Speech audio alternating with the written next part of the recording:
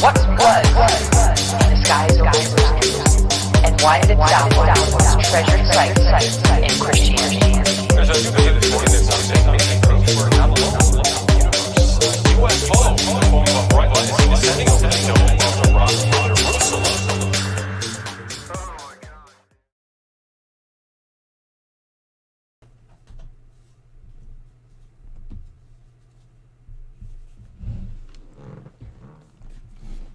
All right. How you guys doing? It's Friday, January 14th, 2022, and nice to be here, sort of.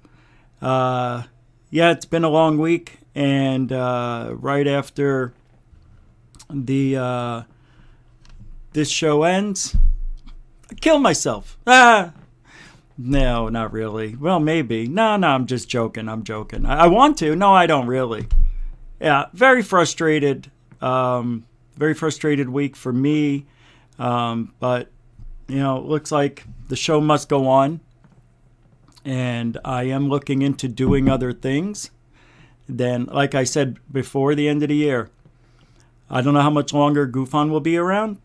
But to do this 6 days a week, I do need everybody's help as much as you can. But yeah, I am getting I have to get a job. So I am going to be cutting a show back probably in February when I start. It's not a full-time gig, but, times are tough for everybody. So, we can only do as much as we can. Going to NASA and haunted houses and going to Disney, Pandora, and all the other stuff over there, it does cost. So, if you want to help support the show that way, great, but right now it looks like GoofOn will be trimming back, and I don't know what I'm going to do. Ufology is a very strange place. I hate it. I love it. You know what I love it for? I love it for myself. And when I don't, have silliness in the world, in this ufology world, it can be unbearable. I don't know how these bigger channels do it. I guess they ignore everybody because that's what I've done. Obviously, some of you have emailed me, and I may have read some of them, not all of them, but a lot of you are asking me to apologize to certain people. I apologize to no one anymore because there's no reason to. And I'm just not going to. I feel what we bring here at GoofOn, and I hate to be a Dick Downer right now at the beginning of the show, but I'm not naming names or pointing fingers. I'm over the whole thing. It's just I had time to look things over and see the impact that GoofOn has is more than what I thought it would be. And it seems that people don't understand the message. They don't understand the jokes. They don't understand a lot of things we do here. It's very strange. I can't be more plain English than what I've been. I can't explain things any more forward than I have. And it's just like talking to people who just don't listen. You're not listening. You're letting your emotions get the best of you. I've been there. I know what it's like. I'm an emotional guy. I run this show off of emotions. You think I run this show off of intellect? Come on. You know who I am. You know what I do. And, a lot of you get it. And that's great. But why I focus on the minimal amount of people that say the negative is beyond me. It's beyond me. But you see, you guys have it easy. You just got to worry about you and, a couple of friends. It's not easy when you get 30 people emailing you and 10 of them are like, that wasn't cool. You should apologize. Why don't you see it this way? And I'm like, you're not getting it. And then when I explain it, they go, oh shit, that's what you meant? I'm like, that's what I've been saying for 10 days. So some people are getting it. Some people even apologized. I appreciate that. And what I'm referencing to is the way that the year started out with the S4. And I'm not going to talk about it at all anymore unless something major happens. And that's that. But I said all I can say about that thing, and I'm not going to keep talking about it. So it's a very frustrating first 10, 12 days of the year. Yeah, I mean, very frustrating. And I said a long time ago, I think it was January 3rd, I'm not talking about it anymore. And then people keep saying the wrong things, the wrong things, the wrong things. And it's like, how do you not see it? So that, and among other things that's going on in ufology, you want to know what's going on? Nothing. Nothing.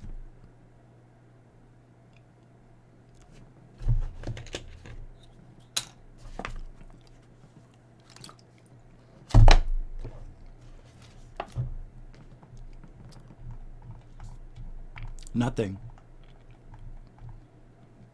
Abe Froman, thanks for the $5 super chat. I got you. Appreciate that, man. That is absolutely awesome of you. You just took it, flinged it, shot it, stuck it to my neck. I got it. I see it. I appreciate it. We'll give you something for that. That is really nice.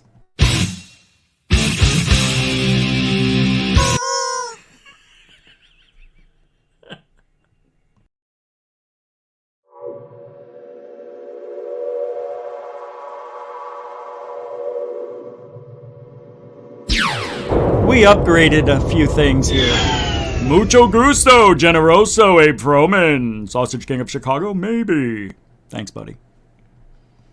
Thank you. Mucho gusto. Continuing supporter of Goof On. William Bridges. Need to be happy. What's up, man? How you doing? $5 super chat right out of the gate. Thank you for supporting Goof On. You always have. I appreciate that, guys. And, we try to do this 6 days a week, but for a year now, we've been doing it for over a year, 6 days a week. Nobody's done more live shows than we have.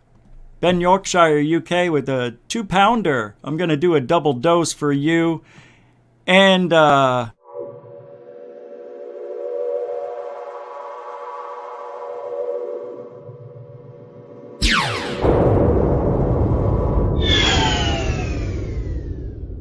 Mucho gusto, generoso. Thanks, Ben. Thanks, guys. Mucho. Appreciate it. Hey, you guys. Wow, you're coming through. It's a super sticker.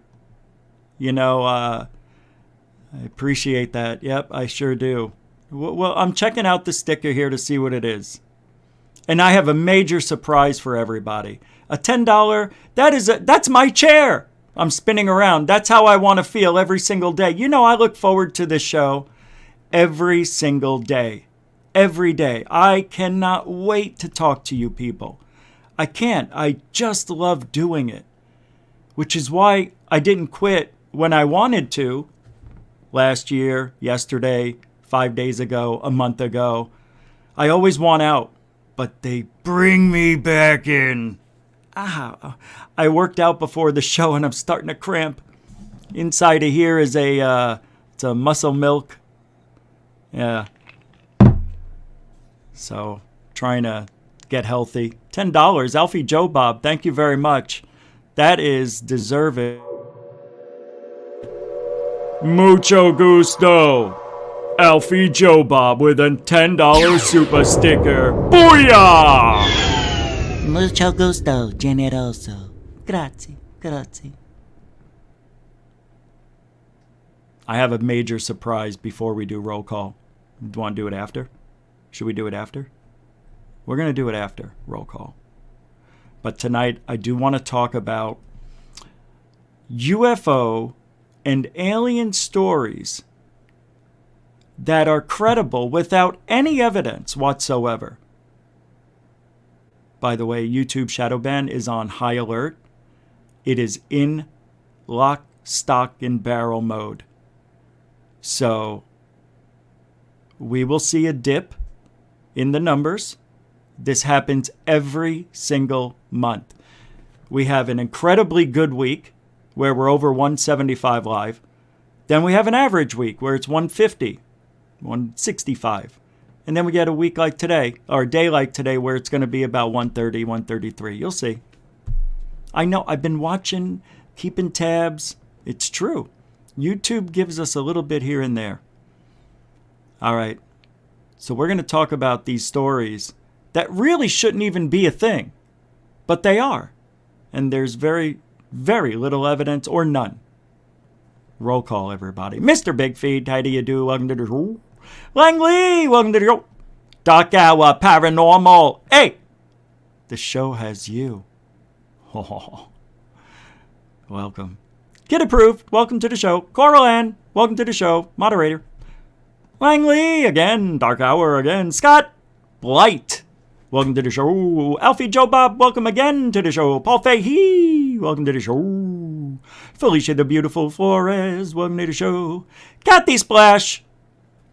Goofon is a new cold medication. Yes, we are fighting Coco. Goofonics. I just saw the IX. Yeah, that is excellent. See, that's what I like. Originality. 25. Singing. 25. Appearance. 30. Ian McFerrin. How are you doing, lad from Scotland? Mr. Long from Scotland. How you doing, mate? You're looking fucking great. Great, man. Love the orange hair today. Tim Frick.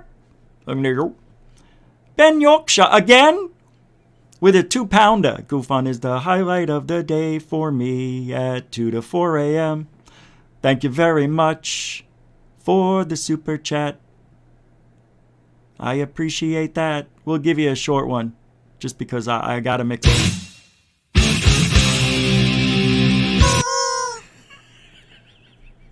I like that one. I don't know why. I mean, it makes me laugh. Remember those chickens? Hey, Black Lotus, welcome to the show. Black Lotus Productions. Franklin Mathers, welcome to the show. Stephen Carney, or Carn, I don't know, man. But welcome to the show, brother. Dre and Glow, that is the tempo. That is, you can't see it. No contraction words. No that's. That's is a contraction of 2 words. That and is. That's. That's the tempo. I know you're just trying to be short. It's your name. Do what you want. Welcome to the show. Julia Caesar. Welcome to the show. Shane Reed. Welcome to the show. Sky Allen. Welcome to the show. Stargate Traveler. Welcome to the show. Let's go to the front door. Ooh, I just saw Nathan. Welcome to the show, buddy. D. Tubbin. Welcome to the show. Gerson. Welcome to the show. Who's at that front door? Walt Corbin. Dawn Knight. Welcome to the show. Delete. Wait, what? Welcome to the show. Stephen Freeman. Art. Welcome to the show. Dr. Tuggy Waffles. How you doing, man? Welcome to the show. Dorothy Hawkins. Welcome to the show. Stop. Jojo LaFright. 90. Welcome to the show. Did I say Jennifer Rodriguez already? If I didn't, I'll say it again. Welcome to the show. Goth White, Inc. Welcome to the show. We're almost done. 3 seconds. Dark Sky Files. Rich, welcome to the show. That's it. Isaac Kenny, I can't forget you. IR Film, welcome to the show, everybody. Okay, we're good. Let me get a quick drink and pull up the new... This is a surprise of surprises. And I think we've got to add this to the mix. We have to. Hold on, I'm pulling... Don't... Just hang on. And I know Nathan's going to love this. Nathan, Michael from Dark Hour Paranormal. He's going to love this one. You'll see.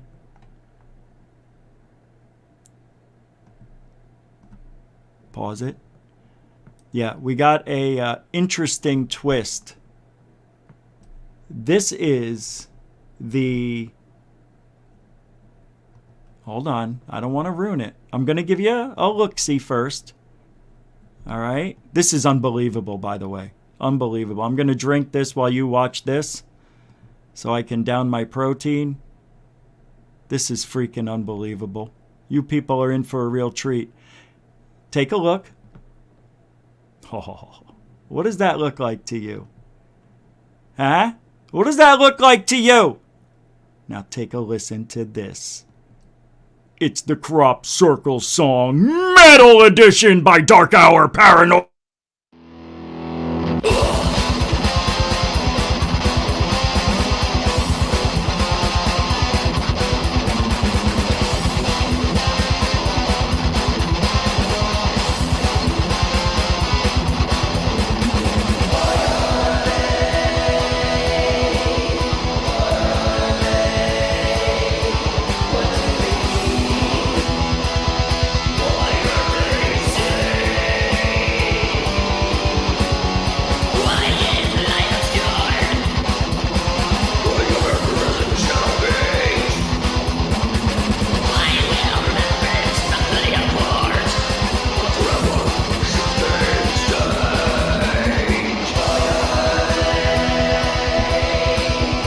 What are they? Come on, everybody! What do they mean? Yeah! What do they say? What are they? Why are they? I don't fucking know. Yeah!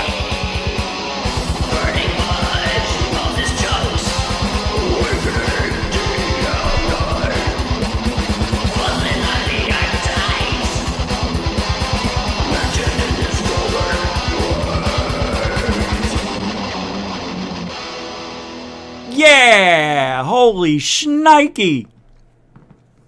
That is for my metalheads out there. Dark Hour, Paranormal, Michael Roser with What Are They? Goth metal. Is it crops or black metal? What are they? Love it. Oh, I love it. Oh! Got me going, man. Oh, that was unbelievable. And Michael did all the instruments on that. Just so you know. And he was the singer. I know, it's not for everybody. I know. But it's for me. And that's all that really matters here at Goof On. Michael, freaking, I listened to it on the way to my little gym. And I was like, ooh, what are they? Yeah, what are they? Sorry, I was too loud there. I was like, I'm gonna, what are they? Why are they?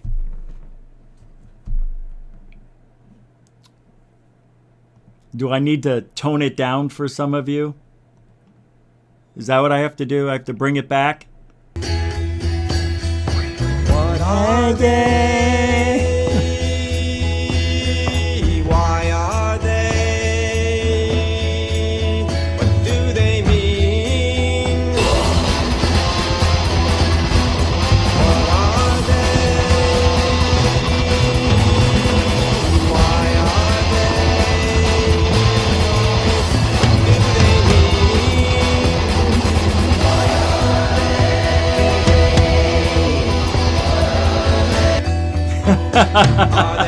Our heads are gonna explode. What are they? How do I sing?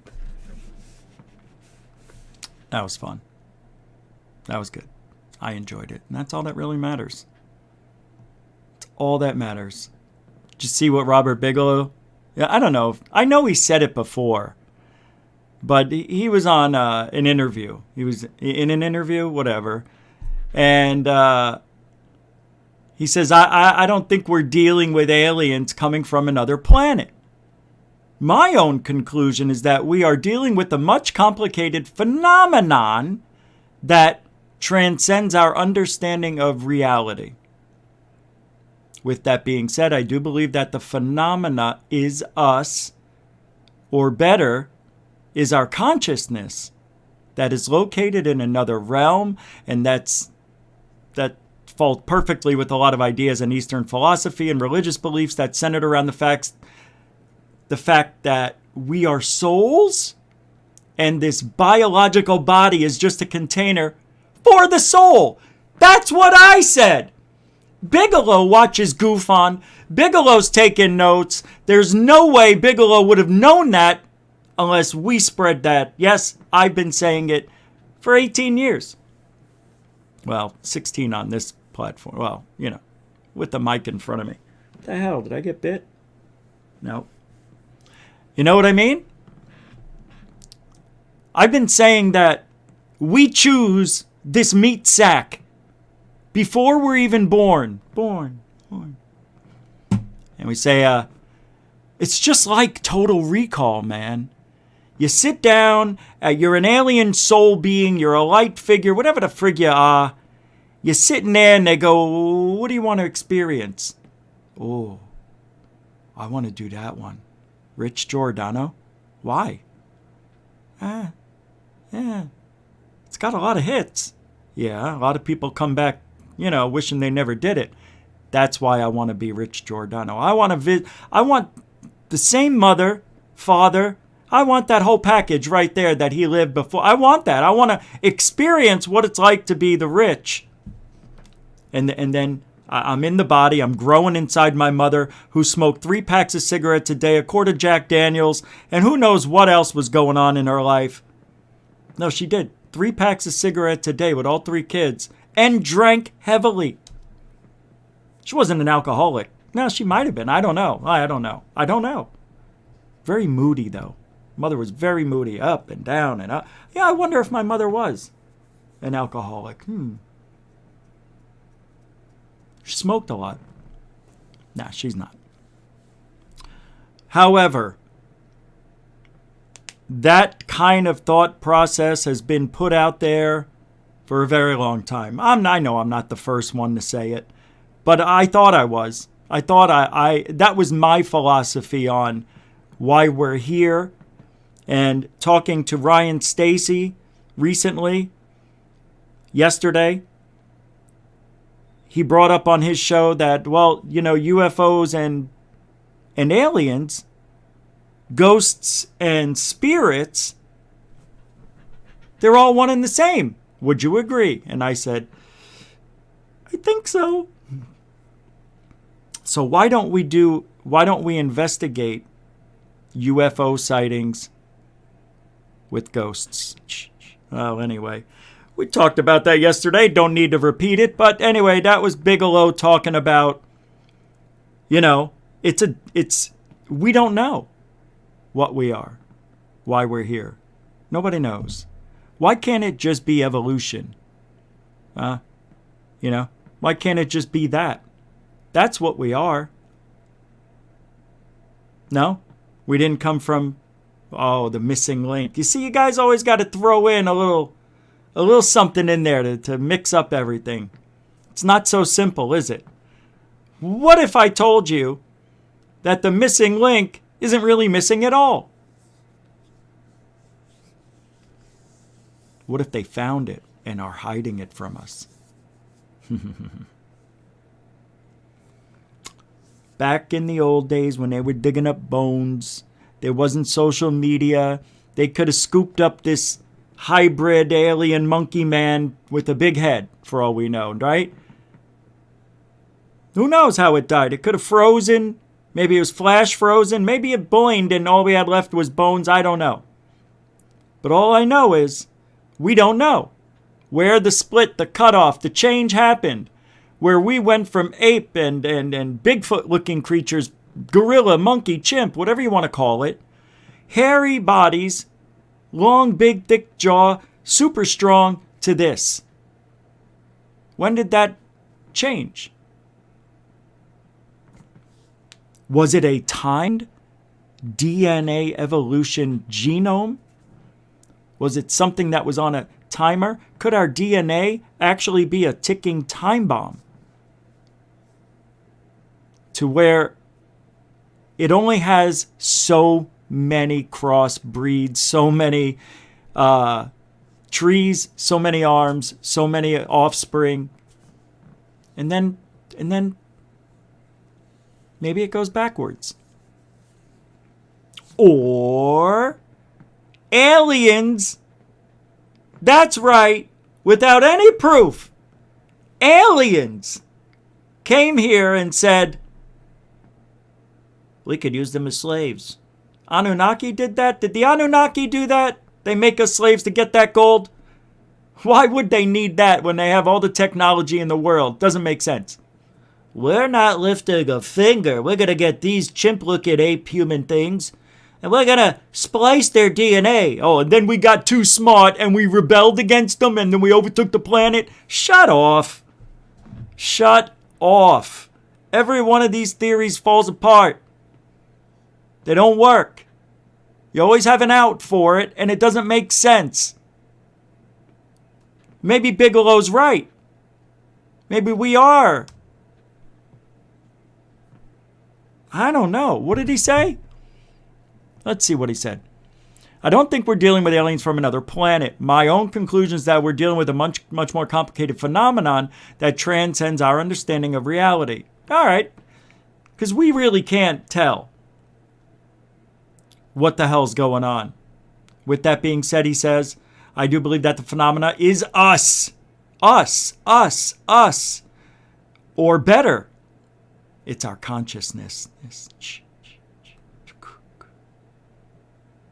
It's located in another realm. Why would Bigelow say that? Why would he say such things? He didn't come out and he didn't show us any proof of the Skinwalker Ranch, did he? He did not. He didn't show us jack squat. Anyway, time for a protein break.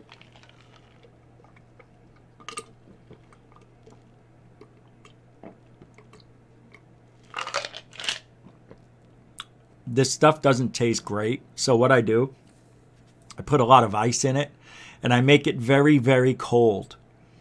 And then I drink it, and you don't really taste it that much until it gets, past the esophagi. So Bigelow never gave us one piece of evidence. Now you got this guy, Zeke Fugel, who's running the show over there at Skinwalker Cash, acting like, he's making love to the ghosts, spirits, skinwalkers, dark hour. What? I don't know what I was going to say. I was thinking shapeshifters. There it is. Yeah, I don't like Skinwalker Ranch. I think we need to go there. Yeah. Hey, unidentified S4. What do you say? How do you be? Abandoned. Welcome. Pragmagic, how you guys doing? Stan the Man, Stasiak, how you doing? Welcome. You guys missed it. We've got a new Crop Circle song. Well, it's a remake of the Crop Circle song. Come on now, let's hear it. Yeah! I don't care if you don't like it. You love it. From Dark Hour Paranormal.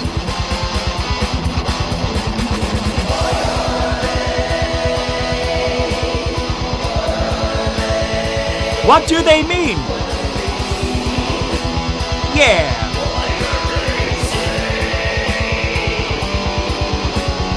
All right. What are they? See, look at the numbers. 126. We'll be to 133, and that's it for tonight. I'm telling you, that's how YouTube does it. One good week, one bad week, 2 average weeks. You'll see. You guys keep an eye on that. This is the bad week.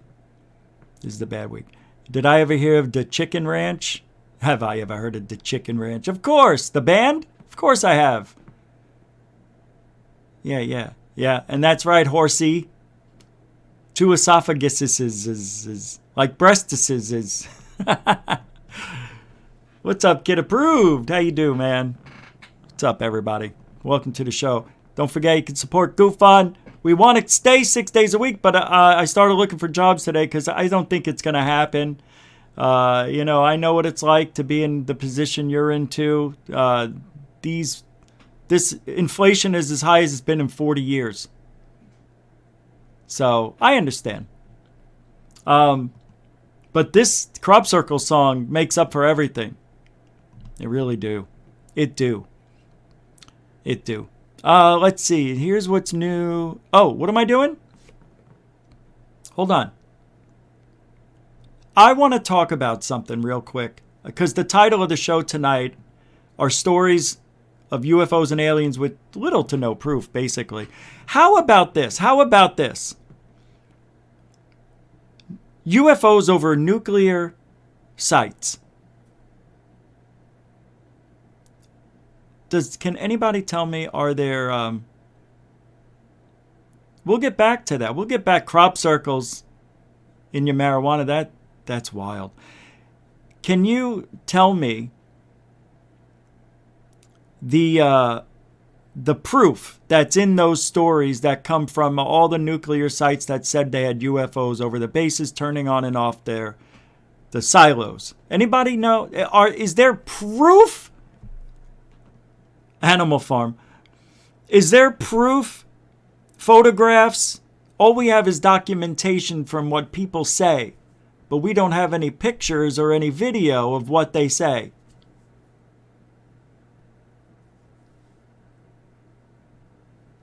No real proof, right? Goth White. We don't mention that name here. Of course he's lost it. He's never had it to lose it. Do you understand? Oh, it's a song on YouTube? Okay. I don't know what anybody's talking about in that chat room. There's no proof, right? There's no proof of military silos being started by UFOs and turned off by aliens, right? And let me tell you why there isn't. Because it's a lie. What if it is? Why?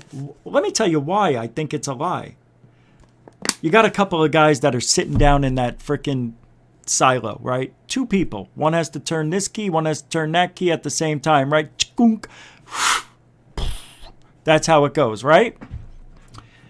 So you're sitting down there for, I don't know, a year, and nothing ever happens, and you're just watching the lights, the bleeps, the clicking, the knobs, the buttons. Everything starts clicking. Do you know where I'm going with this? Hey, Airplane 2, check it out. I think a couple of people down in those little trigger rooms did it to see what would happen. I bet you they said, you want to know what, Joe? I don't even think these things are freaking connected to anything. It's all a lie. Get out of here. Are you kidding? Did you see the missile that's sitting right behind us? There's 11 of them. Just walk down there. Yeah, I know. I see them. I see the warhead. I see it. But how do we really know it's active? Well, we could turn the key and see what happens. And that's what happened.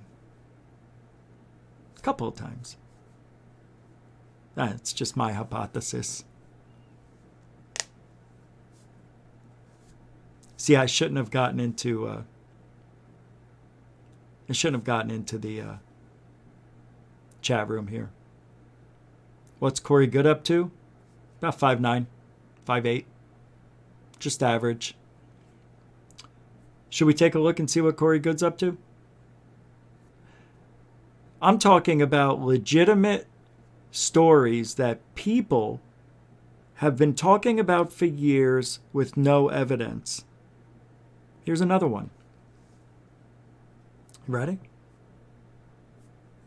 You want to keep doing this, or should we not do this anymore? Is there a reason I'm doing this? Yeah. I don't know. Because there's nothing to talk about in this field, ever.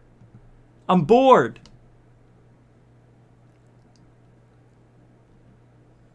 All right. Here's a UFO report coming from In2ThinAir. I know immediately that he's never going to talk to Gufon again. Ever. He's never going to even want to associate with me again. But I have a job to do. And I like the guy.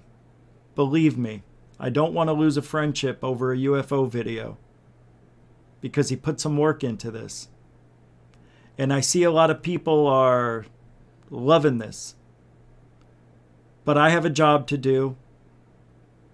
And I have to show you the video. He told me, anytime you want to show something, go right ahead.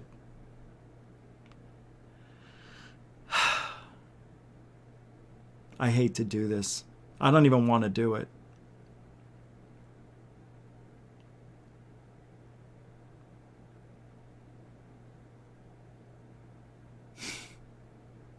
No, Tim Pool met me. This used to be the do-rag. I used to wear all different do-rags before I put on a baseball cap.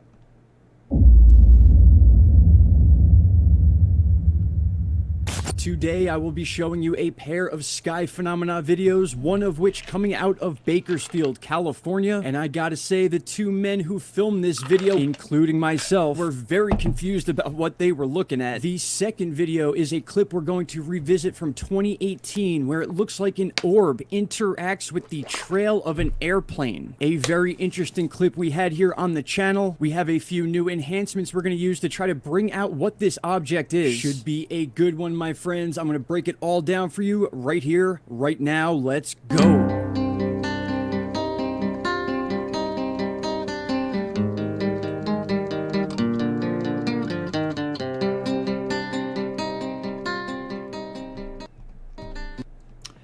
And before I play this any further, I will stake my reputation on what I'm going to say about what I see.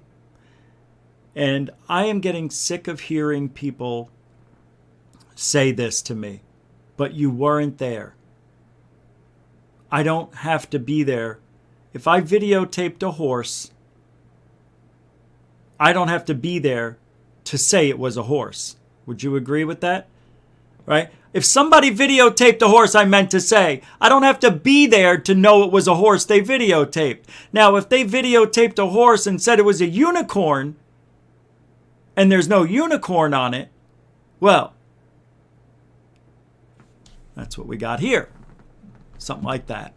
So I'm staking my reputation. I don't want to be in any arguments with anybody about anything. This is strictly 20,000 hours of UFO research, holding a camera in my hand. You've seen all my video bullshit that I went through. You've seen all the balloons I videotaped. You've seen all the mistakes. I'll continue with this. Look, I feel bad. Welcome back, everybody. January 13th, 2022, 1:33 p.m. This first clip submitted by Think Tank at 528 Vibes out of Bakersfield, California. I will have all the links in the description box of the video. And just so we're clear, all I've done is basically zoom in on the object. I will show you the orientation from where this guy was standing with his buddy. But what are we looking at here? It almost looks like a worm or something along the lines of those floating stick figures they have in front of car dealers. I'm sorry, I didn't mean to pause. Ships, but this thing is much, much bigger than what these would look like this high up in the sky. In fact, here is... All right. Now, first thing I want to tell you. This object is not that high. It may be 150 feet high. That's it. That's it. I don't know if some of you remember the balloon test I did with my drone. And I tried to find the balloon with my drone. I went up 300 feet and not knowing I spotted the balloon, that balloon took off. I mean, it must have been 500-600 feet up before I knew it. It was a dot, and that was like a 4-foot balloon. This is probably a string of balloons that were released. Some people use these as arches, you know. They look like they're over an archway at a car dealership. This is definitely not that high and probably about 15 to 20 feet long if you stretched it out. But you can easily tell it's a balloon. I know some of you already said it is. Now, if anybody tells me, Rich, you weren't there, you didn't know, look, I don't have to be there to know that this is a balloon. But I like the analysis. I like the work that was put into it. Could I be wrong? Fuck no. That image now showing both the ground and how high up this thing is, and you can see it's got to be. And I don't want to go back to 2003 and 4 where we were seeing Mexico doing all this stuff. And I mean, we're going backwards. No, see, now Into Thin Air is going to be mad at me, and you shouldn't be. This is the scrutiny you get when you post anything on the internet. And I'm being as real, as forward, and as kind as I can. And when I do this, I get backlash like you wouldn't believe. They hate me. They call me names. They even made Nazi racist videos about me just because I said it was a balloon. So Into Thin Air, please, just talk to me. Be at least 100, maybe 200 feet up in the air. Not to mention, it looks like... Oh, all right. So he said it. He was right. He's right. It's all connected like a big giant circle kind of morphing and weaving inside of itself. You can see on the left side of the screen one of the raw videos showing the ground and the object, and then obviously zoomed in there on the right. Just a very, very weird object to be seeing just floating in the sky. Now this thing wasn't gaining or losing altitude really, so it's hard to verify that this is just something floating in the wind. I'm in no way calling this some sort of alien craft or any... Oh, thank God. You see, I knew he was cool. I knew you were cool, Into Thin Air. I knew you were frickin' smart. Thank God. Thank God. Thank God. Thank God he said it. Oh my God, thank you so much. In the name of the Father, the alien, the UFO, and the UAP. Anything like that. I'm simply bringing this video to you because it is unidentified and it's certainly weird. In fact, if I'm not mistaken, I believe there is a MUFON case on this sighting. I'll see if I can get... Of course there is! Of course there's a MUFON case on this! Are you kidding? They're experts in balloons! that information and leave it for you in the description box. Nice I want job. to revisit this clip. All right, this one, I'll watch it. Let's watch it first. I'll shut up. Because we can take a look at some enhancements here and try to get a better idea of what this thing was. And from my perspective, it looks like a solid object, an orb, interacting and passing through the trail of an airplane. Not only that, but the speed of this thing in comparison to how high the airplane is. I will show you a quick original clip to show you just how high this airplane is, and then we'll zoom in and take a look at this object. Now keep in mind, this is very difficult to see in real time as it is so high up and actually is moving very, very fast. I'll go ahead and play it one more time with the arrow, and then we'll go through it once more without the arrow, just so you have a clip to reference if you want to review back. Alright, there we go. Alright, and before I show you the enhanced embossed clip where we can actually see this object interacting with the trail, I just want to show you the zoomed in and enhanced version. And by enhanced, I mean just a little bit of clarity added so we could see the object here. Alright, and I'm going to line us up right about here so we could just click our way in towards the trail itself, and we've already determined how high up this thing is. I'm sure many of you know what these planes look like with a 250mm lens fully zoomed in, and it's a little hard to see here on the raw version, but we see the orb approaching the trail. It interacts with the first one there, highlighting itself almost, so we can tell that this is at least over the trail or interacting with it. Now in the next few frames, you're going to be able to tell why my thoughts went towards this thing interacting with the trail, because right here you can see it almost pulling out part of the trail with it as it exits out the other side. We'll go ahead and finish that clip there. All right, now I'm going to talk. This is a very big mistake that's made over and over again in the field. This, and I'm going to tell you what it is. I don't have to be there to tell you what this is. And a lot of people are not going to like what I have to say, but too bad. First of all, it's not in focus. It's not 100% in focus. Second of all, that is an object that, and the reason it's a little blurry because it's probably very close, or within,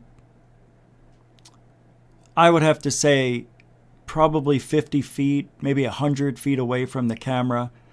It could be an insect. It could be pollen.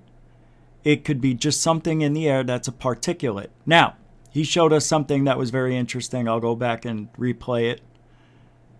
with it. Now, in the next few frames, you're going to be able to tell why my thoughts went towards this thing interacting with the trail, because right here, you can see it almost pulling out part of the trail with it. Right. Now, what happens when you have digital artifacts is that it's pixelating because the camera is trying to accommodate both of these. And people say there's an energy field around these objects, and that's just not true.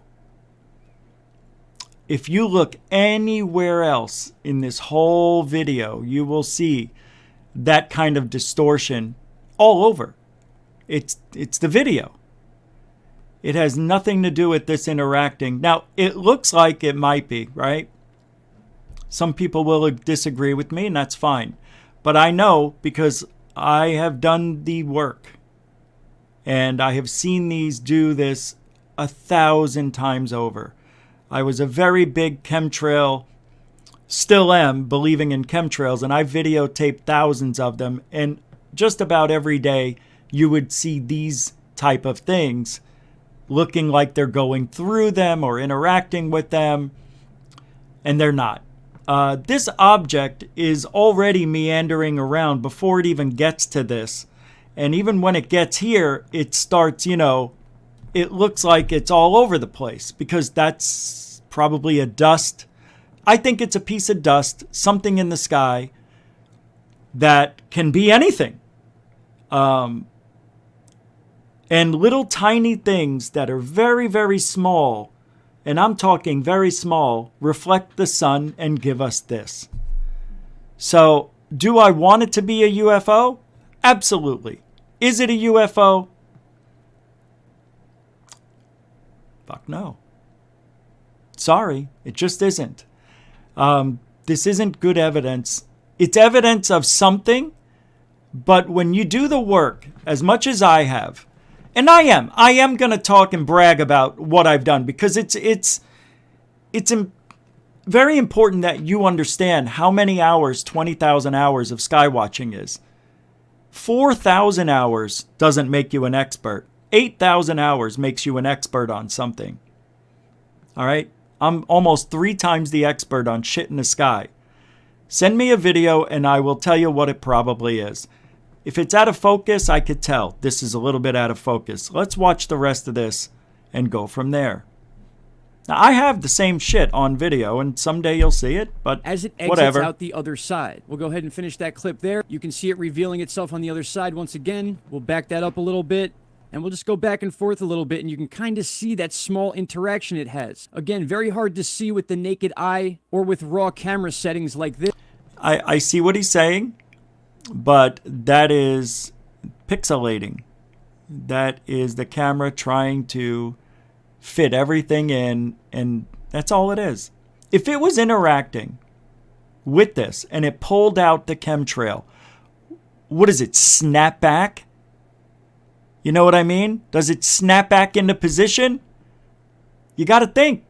If it goes through this kind of shit that's in the sky, a contrail, chemtrail, whatever you want to call it, if it interacted with it and disturbed it, it would remain disturbed. And it's not. Hence, it's not in the cloud. It's the same thing with ice crystals in space. They look like they're interacting with shit way out there, but they're right up to the camera. It's because there's no reference. It's a blue sky with a white dot. Anyway, I'll play it out a little further. So what we're going to do is we're going to take an embossed clip that we did on After Effects to bring out even more highlights and shadows, and without any real adjustments, just the setting as is, we can see exactly, that this object Chris. has a bit of a 3D shadow, almost resembling a sphere. It looks like it has the rounded edge of a shadow there, and then of course we know that the contrails that come out also have some sort of bend to them. We could see the shadow line on those as well, and all I'm going to do is kind of rock this thing back and forth, and I'm sure you begin to get the idea here. No. No, Coral. Technically, they're not UFOs, Felicia. That's the wrong verbiage for this. This isn't a UFO. I know what you're saying. I know you're saying that you don't know if it's a bug or angel farts or You know what I mean? I get it. I know what you're saying. But when we use the term UFO, we are talking about alien objects, right? Isn't that what we're really talking about? Right? We're not... In this situation, I would not call this a UFO. That's all. Yeah, it's a threat. Yeah. This is one of those threats, Ian McFadden. That's right. Yeah, we still don't have any proof of that. Foghorn, Leghorn, what's up, man? Good to see you. Zaxonite, what's up? Go. And we see a few spots we want to highlight here. One is right here. We can see this white color kind of popping out of the image there as it enters the first line of the trail. As we move to the second one, we can almost see it bowing out of the other edge of the trail. It has now moved itself in between the two trails, and we can see a disturbance here as if a round object just popped right out of it, leaving either edge deformed in a way. The next frame shows it entering the second trail. We can see a highlighted shadow here on the front of the trail. It has now moved itself in between the two trails, and we can see a disturbance here as if a round object just popped right out of it, kind of popping out of the image there as it enters the first line of the trail. As we move to the second one, we can almost see it bowing out of the other edge of the trail. I'm looking at this over and over because it's weird. It didn't snap back. One is right here. We can see this white color kind of popping out of the image there as it enters the first line of the trail. Let's watch. As we move to the second one, Yeah, we can almost it didn't. see it bowing out of the other edge of the trail. Okay, it didn't. I thought it did, but it Right didn't. here, we can see this So I thought maybe it moved in and made an indent right here, but it didn't. white color kind of popping out of the image Watch. there as it enters the first line of the trail. As we move to the Okay, second it one, didn't. Okay, there was no distortion here. And because this trail, you know, it's going this way. Now watch. we'll see it bowing out of the other edge of the trail. It has now moved itself in That bowing always there? Let's see. Not really. Right? That's interesting. So let's see. It goes straight right here. out of the image there as it enters the first line of the trail. As we move to the second one, we can almost see I it see bowing what out of the happened. other edge of the trail. It has I now see moved what itself in happened. between the two trails. As we move to the second one, we can almost see it bowing out. There we go. Also have some Hold on. I got to mute this. Let's see if it comes out. See, it's an artifact. It's not really a UFO. Yeah. See, it goes from here to here. It's going this way now.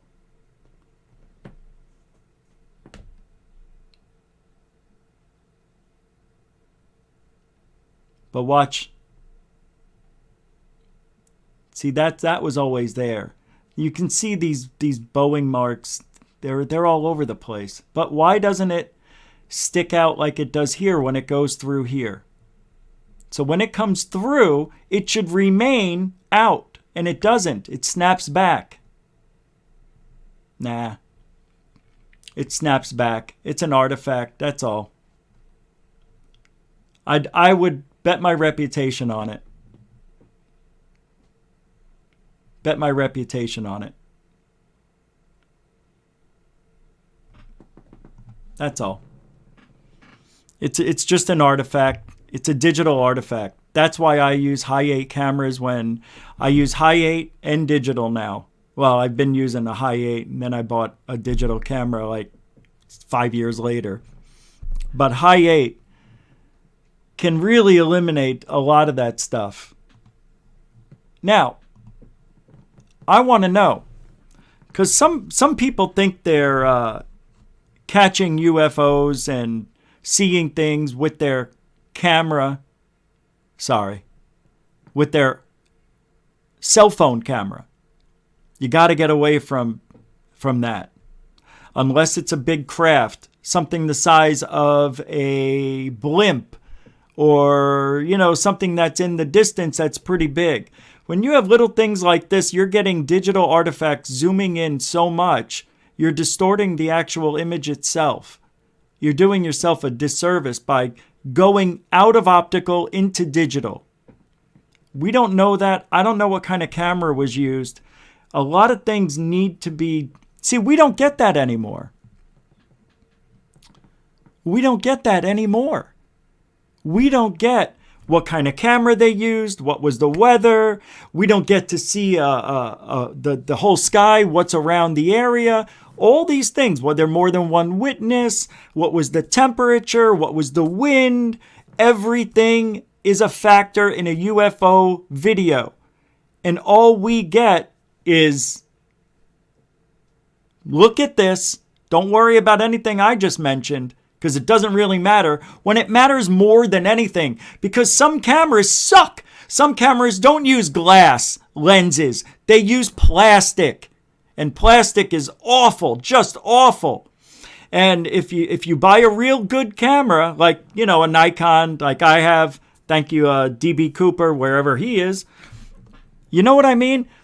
You got to use real equipment. A cell phone is just, I don't know what's being used here, but it sounds like there was a good camera that was being used with this, because I remember him saying in the beginning of the video, 200 millimeter lens or something like that. So, but I'm telling you, that first video is definitely a balloon. I'd bet my life on it. And I would also stake my life that this is just some sort of dust particle. But what Into Thin Air did was a very good analysis. And that gave me the freedom to voice my own opinion on it.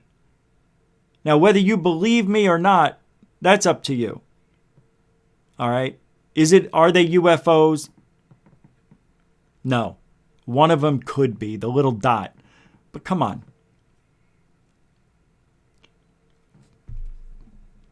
Video distortion, video pixelation is not evidence that is going through a chemtrail. What is this? Bill Ferguson with a $10 super sticker? Oh my God, man. Thank you. Let me see what it is. I got to let the screen catch up and then cut the mustard. Let me see. Where is it?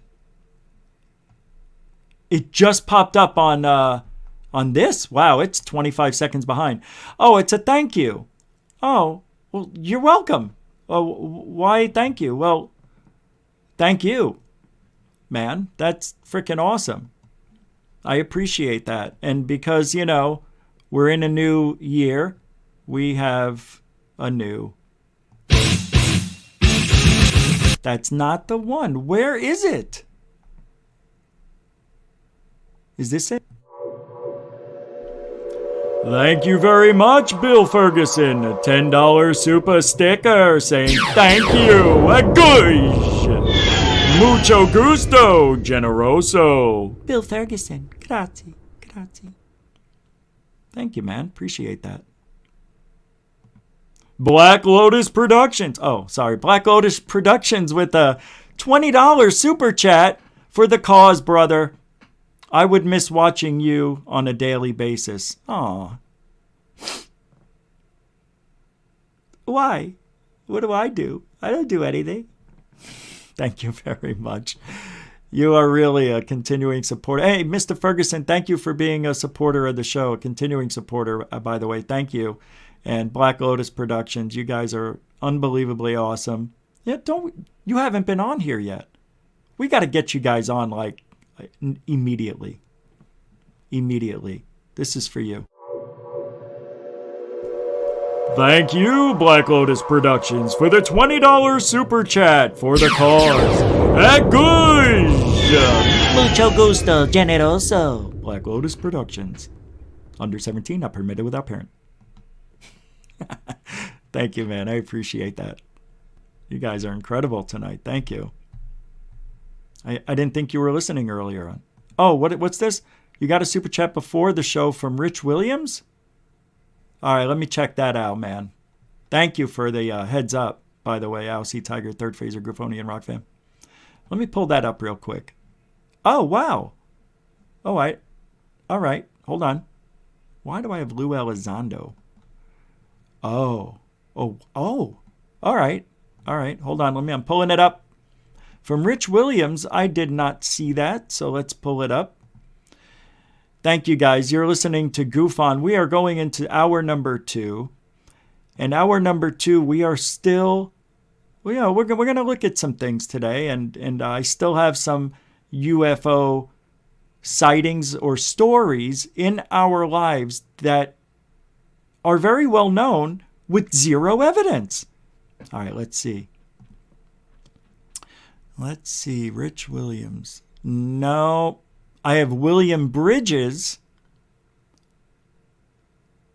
That was yesterday. Sorry. Here it is, Rich Williams. Oh, shit. $20. He says, I don't get a chance to post that often. So I want to say thank you for your time and effort. Great show. Thank you once again. I appreciate what you do. Sincerely, Rich Williams, Astor, Central Florida. Oh, man, I'm so happy that you let me know about that. That is beautiful. Thank you very much, Rich Williams. And I don't know, man. I feel bad. It's been like an hour, but thank you so much, man. Thank you, Alcy Tiger. So let's do this, and we'll take a minute break. But this is for Rich. For his $20. Rich Williams, $20 support. And mucho gusto, generoso. A continuing supporter of GoofOn, under 17, not permitted without parent. And now we take a break because I need a break. I don't really need one, but I want to take one because tonight's a special night. We've got a new version of the Crop Circle song by Dark Hour Paranormal. This is called Crop Circle Black Metal. It is a repurpose with a little twist on the words, I noticed, on the Crop Circle song. English.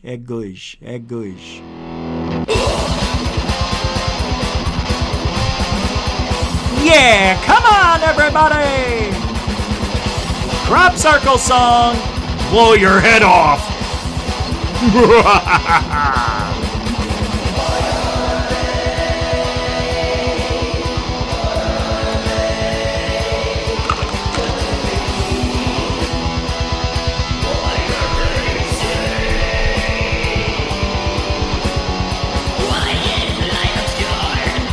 I don't know.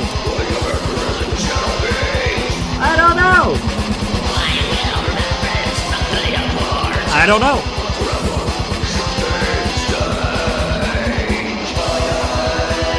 What are they? What are they? I don't know.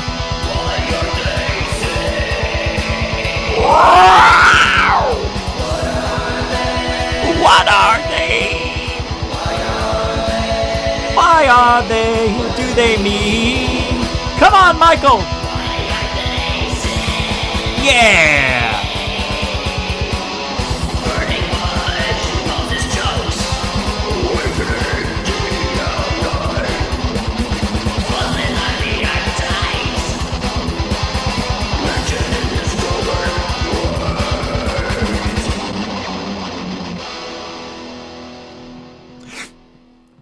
So beautiful. I mean, namaste. What are they? Namaste. Why are they? What are they? Do they mean? Welcome back to Goof On, everybody. I'm your host, Rich Giordano. It is Friday. We just entered the weekend. Congratulations, my 9-to-5ers, for being here, helping the show get to the next level. We are reaching thousands of people right now as we speak. Not only that, GoofOn is one of the fastest growing UFO channels on YouTube. Even though we've hit a little bit of a wall this week, it seems YouTube put the kibosh on a lot of things, you know. I don't know if you saw Third Phase of Moon put out a video. They usually have, 700-800 people during a live show, but because of the S4 thing, it seems like YouTube put the kibosh on them, and they Didn't even have 400 people. And not even 10,000 views on the video, which by now would have 30, 40,000. They put the kibosh on what Jim Goodall said. And I don't know if you saw it. I'm going to show you. Because this video is unbelievable what Third Phase of Moon put out. And look, if you haven't seen the video, you're in for a little shocker. Because this, well, you'll see. I don't want to ruin it. But it's pretty darn good. So I'm pulling it up here. Yeah, 16,000 views. Okay, so it's getting some legs now. But usually the video after a day has got like 25, 35,000. I couldn't believe it when I woke up today and there was only 9,000 on there. I'm like, what? This is wrong. What is YouTube doing this for? Well, you have to understand, Google Maps is YouTube as well, right? Aren't they from the same company? Aren't they owned by the same thing, right? Google? I know I get paid by Google AdSense. So if I play this, I'm asking for it.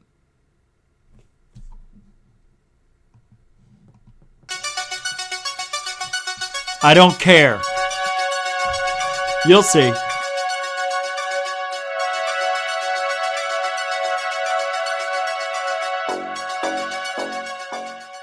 So I go in there and I give him a real sharp salute, and he's holding Lazar's W-2 in his hand, and he said, "Sergeant, I don't know where you got this W-2, but if I ever see you cross my threshold ever again, you'll be the most sorriest son of a bitch NCO of the United States military. Do you understand me, Sergeant?" I said, "Yes, sir." Welcome back to Third Phase of Moon. Blake Cousins here. We got a special report for you today.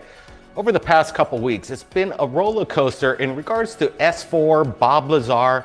Has he been privy to the information that we all speculate today? Well, today I have a special guest who knows Bob Lazar personally.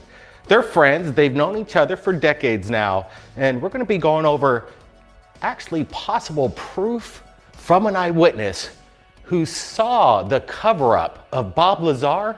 Buckle up, everybody. It's going to be an incredible ride. We got James C. Goodall with us. Welcome to Third Phase. I'm delighted to be here, and aloha to the Cousin Brothers. You in person and your lovely wife and dog and the whole family. It was really fun times. But I recall one night we had a special conversation in regards to Bob Lazar, and you spoke to us in regards to a cover-up that happened right before your eyes from a two-star general and admiral, two-star admiral. But before we get to this incredible story, I just want to back up a little bit and let everybody know how you personally met Bob Lazar in the very beginning. Let's start it there. Okay, it was early January 1989. I was in Las Vegas visiting my dear friend John Lear. Everybody knows John. And we were going to be heading up to Tonopah. We were going to drive around the Nevada test site just to see what we can see. And we're heading up US 95, just outside of Vegas. We're just north of Scotty's Junction. That used to be a legitimate house of ill repute until the government took it over and they ran it out of business. We went and had lunch in the town of Tonopah, and then we hit US 6, drove 14 miles east. There's a big sign that says Tonopah Test Range. We turned down that road, you go down 18 miles. And I saw my very, very first F-117.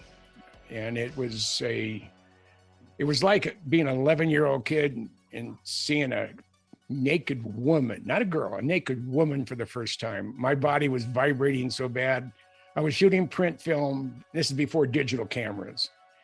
And I had 36 exposures. I had my Nikon, and I had a good telephoto lens on it. And we're waiting to see something. We see to the north, two white lights. One is surrounded by a big black dot, and the other one's a small white dot. What turns out it was an F-117 with a T-38 chase. And as it flew over, I shot through the all 36 exposures of my Kodacolor 100 print film. And I didn't know if I hit any of them that were any good because I was shaking so bad. They were probably all blurred. So John and I, we finished that. We jumped in the car. We're heading back to Vegas, and we stopped at a Little Alien for a quick bite of one of their alien burgers. And then we head to John's house on the north end of Las Vegas, near Sunrise Ridge and Nellis Air Force Base. We got there, it was a little bit after 9 o'clock, and I was a little bit disappointed in the timing because I had some print film in my camera that needed to be processed. And back then they had things called photo mats. You go to a shopping center, and there was like a coffee kiosk now in today's world. So John said, "Hey, we have I have a new friend coming over. He just moved here from Albuquerque. He's interviewing for a job out in the desert." I said, "Okay." About 10 minutes later, I knock on the door. John answers the door, and here comes this nice-looking, very cordial gentleman. Introduced himself as Bob Lazar. And I'm telling him about, we're doing a little bit of, just chewing the fat. And I tell him what my dilemma is. I have these pictures of an F-117. No one has seen other than one terrible photograph officially from the Air Force, and that was the only image of the F-117. So Bob said, "Well, I have a C-41 processing unit at home. Let's jump in the car and go to my place." I said, "Okay, fine." So we jump in his car, and we're about a block out of John Lear's house. And Lazar looks at me and says, "I feel sorry for John Lear." I says, "Why is that?" I said, "Well, the dumb son of a bitch believes in UFOs. He's from this incredibly famous aviation family. I mean, his dad brought Learjet to the world, and he believes in UFOs. So I'm a nuclear physicist. If I can't prove it mathematically or put my hands on it, it doesn't exist. And you can put a gun to my head, and I won't admit that UFOs are real." Well, we all know where that ended up about a year or so later. So that was my introduction to Bob Lazar, and we've been friends now for. Yes, everybody may have heard this story, how he met Bob Lazar, but not about the W-2 being shredded. That's what I'm talking about. Just to clear the air, that's what we're talking about, all right? Before we get crazy again. And all of ufology is my topic. What, 32 years? Absolutely. Yeah. You still can. This is about the what he's about to say. So just to clear that air again. I've heard this too. But we're talking about my fault for not clarifying what you were talking about. Yeah. This part we've heard. We've heard how we met him. All right, so let's continue. No big deal. It's over. It's fine. We figured it out. Let's just move on. And the beanie is keeping all energy within. Namaste. Continue to speak to him. And and this is great because, there's been a lot of talk about Bob Lazar this past couple weeks due to this S4 location that was pinned by a U.S. government pin, official government pin, calling it the S4 research facility. And then once we posted that information on Third Phase of Moon, 24 hours later, it just disappeared. And we put out a challenge to people. They thought it was, easy to put their own pin placement for the world to see. And it's basically nobody has done it so far. There is no pin named Third Phase of Moon Base, which we put out a challenge, which is kind of interesting. And people thought they could do it themselves, and you Goodall could go search it randomly and see that pin, but nobody's been able to do it. So I just wanted to say the topic of Bob Lazar, they're like, it's what he said, or it's not what he said, and everybody's speculating. And the speculation is huge and rampant. We were just bringing the facts that the pin was there and it's gone. But we also are bringing facts that you obviously are a friend of Bob Lazar, and this is a fact. So let's get to a little bit more about Bob Lazar's character. Some people are bringing up that how could you trust the guy that basically was convicted of running a brothel? What's your thoughts on that? Well, brothels were legal. He wasn't breaking any law. I mean, they wanted to make him look bad. That's how the government destroys people that are saying things that he doesn't agree with.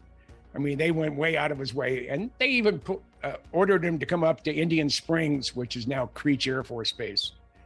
And he met with 2 agents, and they pulled a gun on him. They put a gun to his head and threatened him. And I think that's when he decided he was going to go public, because that just scared the daylights out of him. Has he ever spoken to you in detail off the record or anything? I don't know. Does he say, well, you can't ever tell anybody what I'm about to tell you, but has he ever mentioned anything about S4? Like what did he tell you about the location? Or he would land at Area 51, and then they would take a bus. You want to say to hi to Miss Scarlett? Scarlett? Scarlett's the greatest. You have to go outside. Military facility, but as a taxpayer, is the facility public access to our country?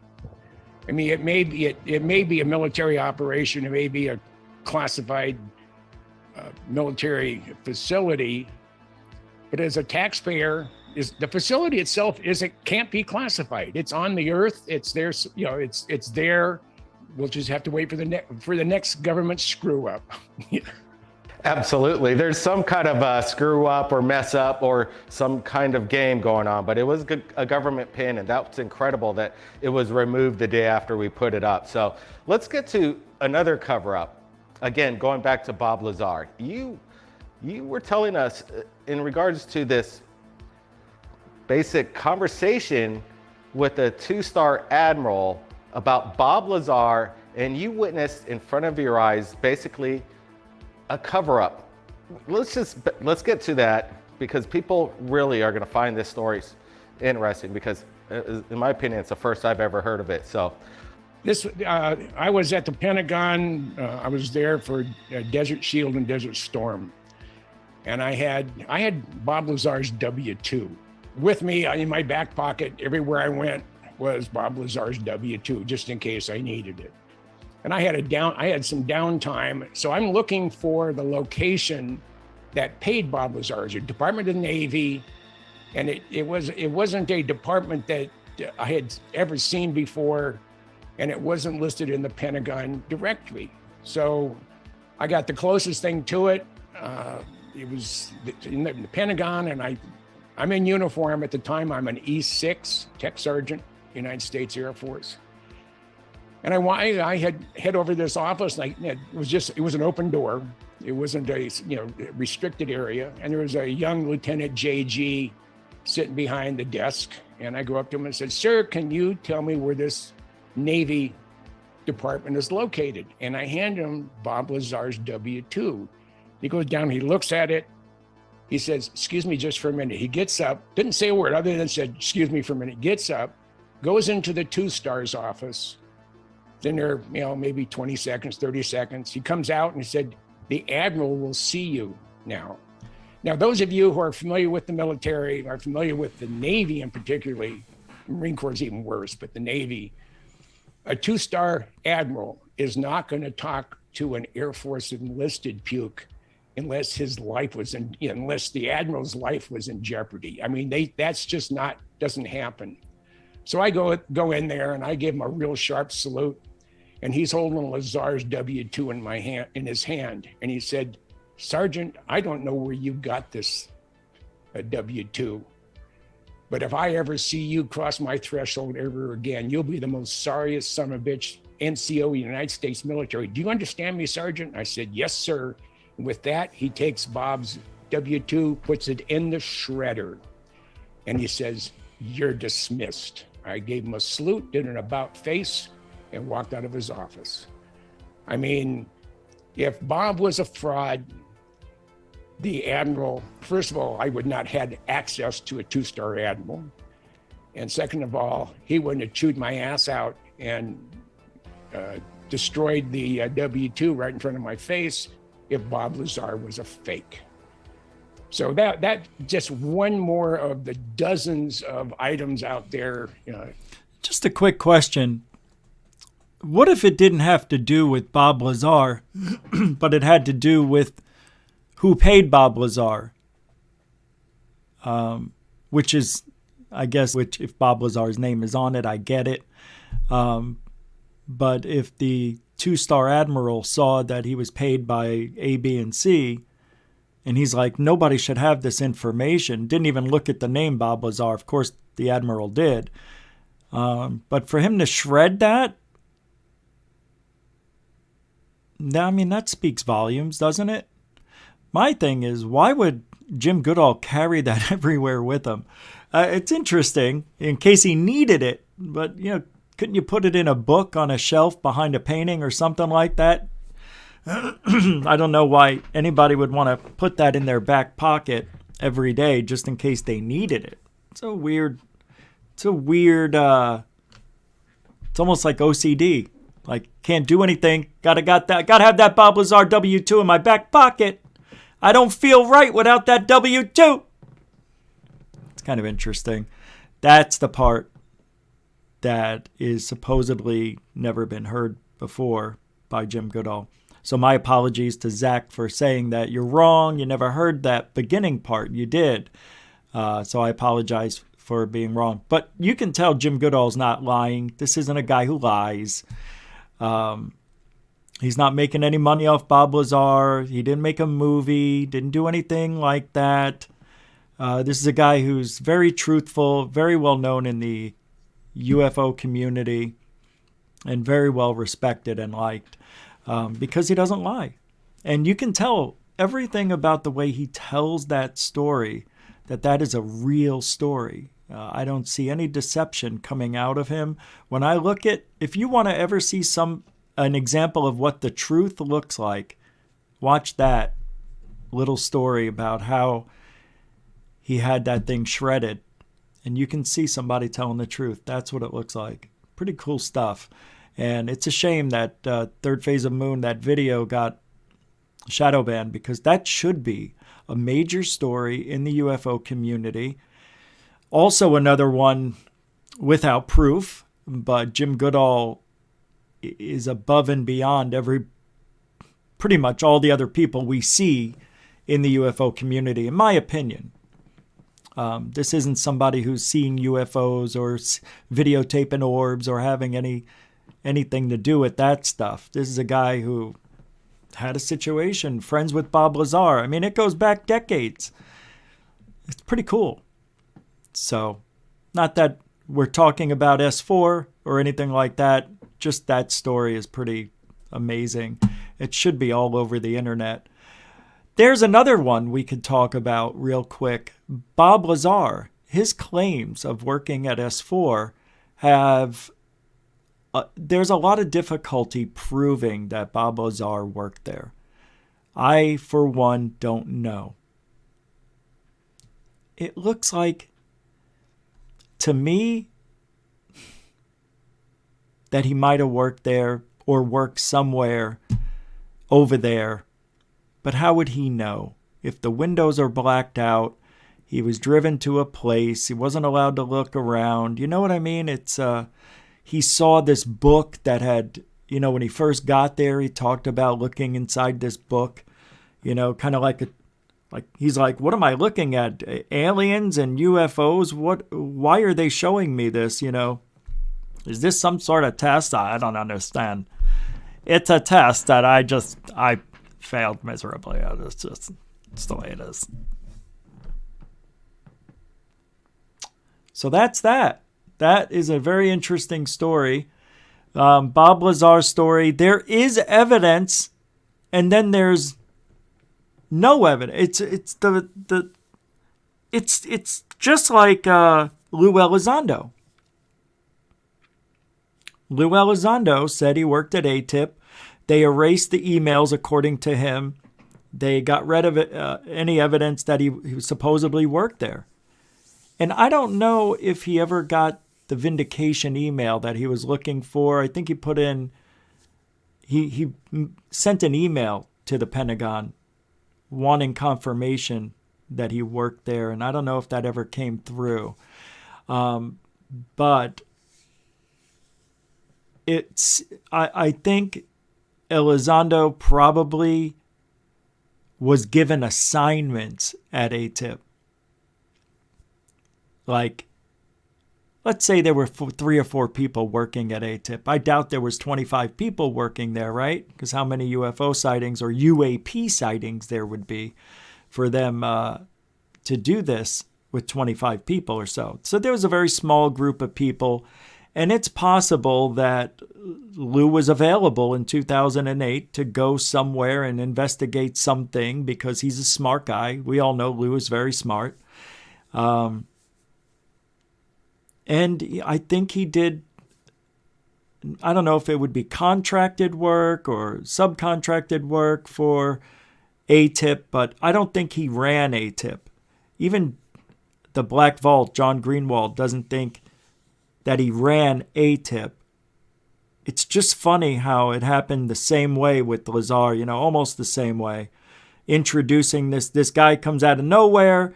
The world sees and hears their story. Lou says it's a threat. Lazar says, I worked at S4 and with aliens and this and that.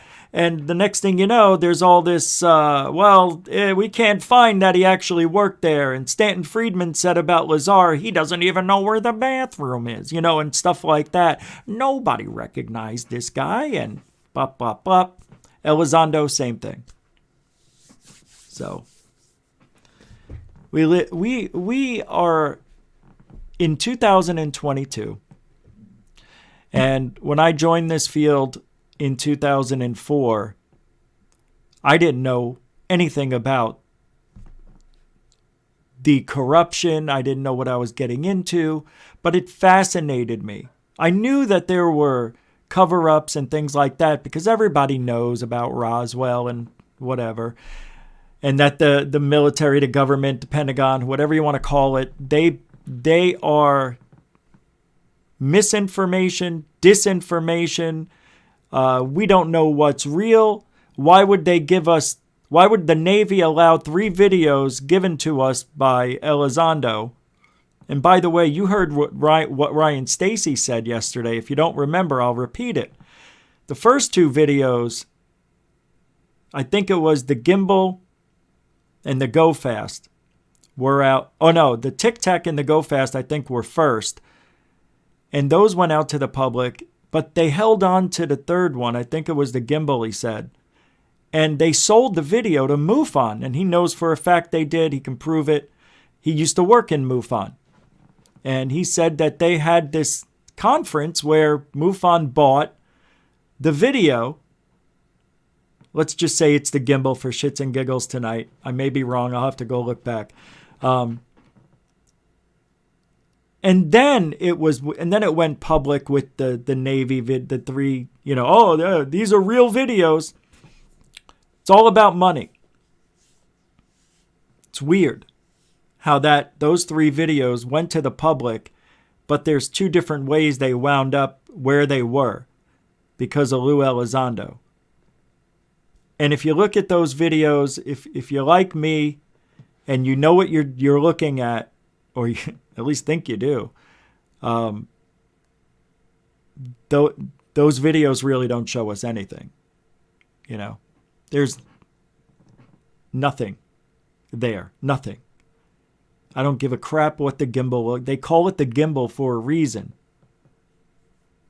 You can look up all of Mick West's debunks on that. The Tic Tac, the Go Fast, and I am one to believe. And I know somebody brought it up, and it's a really good thing against what I thought. Because I said, we don't have any video from the 2004 Tic Tac. Right. All we have is the gimbal. Right? And the guy says, the pilot says, there's a whole fleet of them over there. So there was a whole fleet of what? I always said, well, I think it might be China and their Tic Tacs But if there's a whole fleet of them, and he saw a whole fleet of them, we never saw them. But if there was a fleet of UFOs, now a fleet is more than one. All right? I don't want anybody to think it's got to be 30. It's got to be 10. A fleet is more than one. Look it up. So it could have been 2, could have been 3, could have been 5. I have a feeling there was probably like 10 if he saw a fleet. Because that would make me think a fleet, you know. But there's a lot of problems with the language, the swearing, the way they acted, getting excited like they did. I can't tell you how many pilots say that that's not what they would do. You just don't act that way. UFO or not. You are training or not, real world or not. You are trained to act a certain way, to compose yourself, to keep your, it's just like using the force. Don't let your emotions get the best of you. Don't let your anger feed your power. Stay focused. And that's what they're supposed to be doing. That's what pilots do. Supposedly, these guys just acted like, a couple of teenage girls. I can't believe it. I mean, nobody who acts like that. So that always bothered me. I don't know. I just have a major problem with those 3 videos because they're shit. And that's that. And that's the shit on a stick if you really want to get to it. All right, what's this here? I've got some things we need to go over real quick. We've got 30 minutes left. Yeah. All right. Here's a tweet from 7 years ago. This is from the Black Vault. He says, "It sure seems like history repeats itself. This document written about 7 years after the close of Project Blue Book in 76. So let me pull that up, bring it over so you could take a look at this document. Oh, we've already seen this? Oh, no, I don't think we may have, but let me just pull it up. So this is it. It does not seem that the government has any normal program in progress for the identification solution of the UFO phenomena. This is from April 25th, 76. Dr. Bop, probably J. Allen Hynek, wasn't he a doctor? Feels that the efforts of independent researchers, redacted, are vital for further progress in this area. At the present time, there are offices and personnel within the agency who are monitoring the UFO phenomena, but again, this is not currently an on-official basis. Feels that the best approach would be to keep in touch. So at the present time, there are offices and personnel within the agency who are monitoring the UFO phenomena, but again, this is not currently on an official basis. So they had people watching the UFO phenomena in case anything came up. That's an interesting document. And that was 7 years after Project Blue Book. So that would mean 1983, right? No, 76. Oh, I see what he said. Okay, yeah. I tell you, I need a vitamin right about now. Yeah, actually, I haven't even partaken all day today. Yeah, no partake. All right. I want to thank Third Phase of Moon for letting me play that pretty much all the way through. I'll put the link in the description so you guys can see the remainder of that interview. If I remembered where he dropped that bomb, I would have just went right to it, guys. But, it is what it is. I appreciate that. Let's see. Oh, boy. The boy. All right. Here, we got to... let's get to our Twitter for the day. This is from our good buddy, Ryan Robbins, UFO Jesus. Even if you think UFO believers are foolishly down a rabbit hole, this would still be an infinitesimal character flaw compared to much more egregious tendencies we humans must wrestle with daily. Feeling superior because you may be right about UFOs is embarrassingly delusional. What is that? What do you think is going on there? Do you see what he did? That's in response to the show I did where self-righteous. I think that was Monday's show. And he's right out there putting it out there.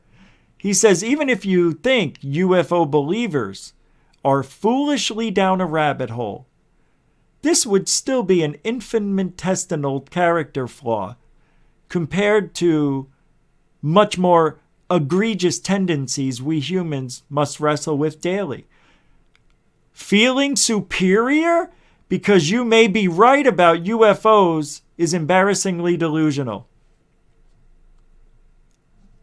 He may be talking about me. He may be talking about me. I said exactly what I said on my show. Thank you for saying that, because people who think they are in contact with aliens, some of them do feel superior to you and me. They think they know something we don't know, or that they experience something special we didn't experience. Some people are really weird. And I know a few people. One of them was Jeff Woolwine, just right out the gate when I first got into this field. This guy, wow, you could not tell him he was wrong about anything. At least I accept when I'm wrong and admit it. But this guy, I mean, you see a string on a balloon and he tells you it's a tail from the lizard people that come out of the ground to abduct children and small animals for food. Children? Brian Kegler with a $5 super chat. The Puerto Rico video from the DEA, oh, I know the one you're talking about, is the most convincing, showing the trans medium ability. In military, every unit, BN or bigger, benign, has a S4. S4 is supply. Oh, okay. Good to know. And that's interesting you said that. Richard Doty was on Truth Seekers. I think it was Monday last week or this week. I can't remember. And he said that the S4 facility we all saw on the map, Google Earth rather, was S2, where they put the dead bodies of the aliens. But that is a $5 super chat. I like that. That's a good one there. Thank you, Brian. Yeah, very good. You're right. I agree with that. Thank you, Brian Kegler, for the $5 super chat. And good. Mucho gusto, generoso. Under 17, not permitted without parent. Grazie. Thanks, man. Continuing supporter of GoofOn. I appreciate that. Yeah, that's true. I want to pull that up, actually, because that really is it's an interesting video, but I also have a feeling, I'm going to pull it up. I don't know if it is what it is, but let's pull it up. I was a little bit negative on this. Is that Gary Voorhees? Is that the Gary Voorhees? That's the guy. What's up, man? $20. How's it going? It's going. Uh-oh. Am I in trouble? Well, thank you very much for that super chat. I don't know what to say. That's incredible. Thank you for joining the chat, hanging out. Yeah, we are talking about, things that, a lot of things, Gary. We're talking about a lot of things. Thank you very much for the $20 super chat. I'm just shocked that you're here. See, didn't I tell everybody? What do I say all the time? Everybody comes in and checks it out at least once in a while. Thank you for that. Well, even Gary Voorhees Jr. gets one of those. Let's give him this one. We'll give him the good one. Thank you, Gary Voorhees Jr. for the $20 super chat. Hey, good. Appreciate that. I know, we just do something like that every now and then. all the time. Yeah. Wow. Anything? Yeah, I will. I appreciate that, man. Thank you very much. All right. So what I was saying was, what was I saying? I can't believe that. Hold on a second. The Puerto Rico one. All right. I was going to pull that up. And I have a feeling this isn't a transmedium craft. Let me get this here. See, this is what they do on YouTube. They make it difficult to find this stuff. It should be right here. All right, is this it? No. There is... Hold on, I'll find it. If anybody can find the link, can you just send it to me real quick before me, unless you have it? Because that should come right up. And it's not. And I wanted to show you because I'm not so sure. I like that video a lot. I really do. But I don't think it's a transmedium craft. I think it goes past some waves and it's the illusion that it's going into the water. That's how I remembered it. But I really want to pull it back up. And no, that's the one. That's the Corbell one. Splash. That, give me a break. That one, I have a feeling that's a flare. That's just my opinion. But there's no proof that that's even a transmedium craft. Oh, I think I found it. No, I didn't. Yeah, I can't pull up that. It's got to be... First of all, let me tell you something real quick. Mick West said this famous video that we're all infamous. He said this is just a contrail. Okay, what is that? No idea. Holy crap. Remember this?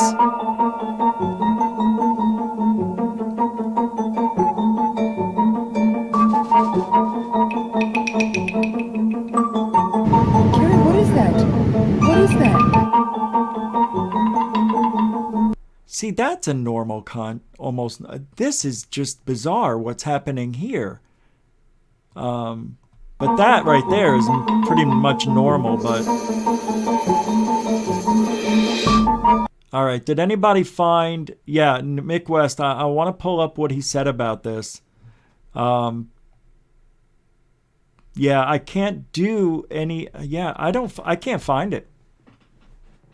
Yeah, I've been scrolling through for the whole time I've been talking.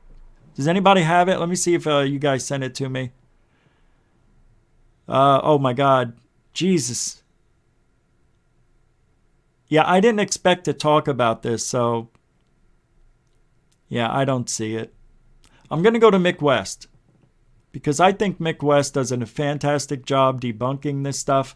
But he's just saying that is a regular contrail. You know what I mean? Oh, here it is. Oh, this is this guy. Check this out. We talked about this. This is Marek VR.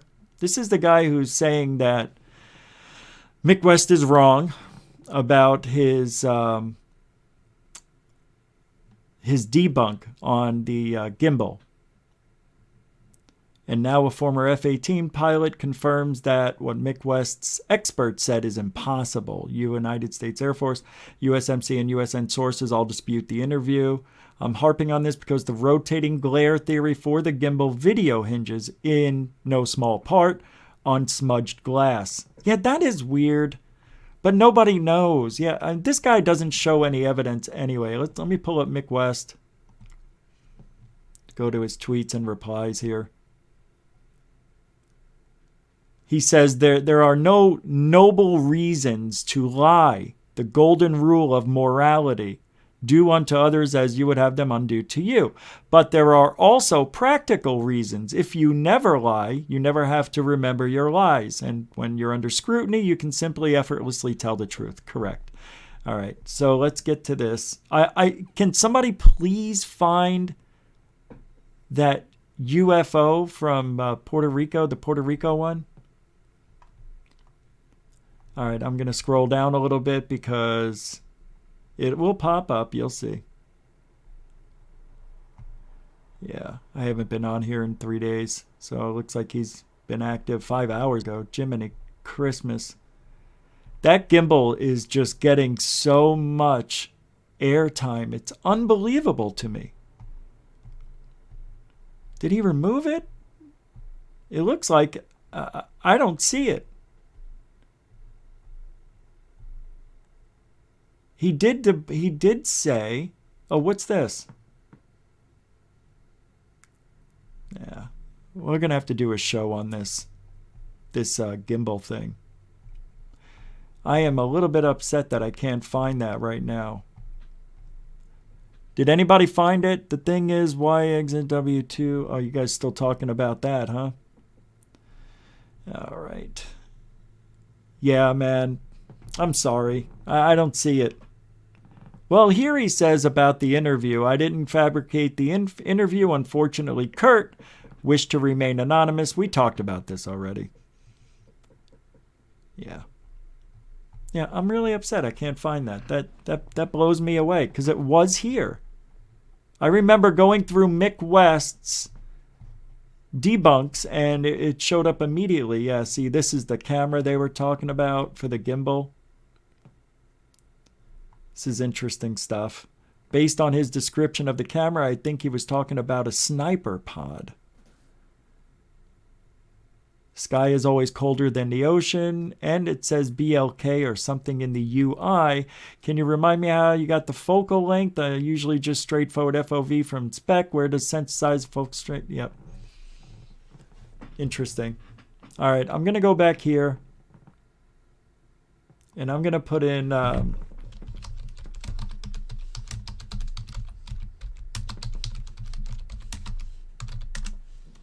see if that pulls it up.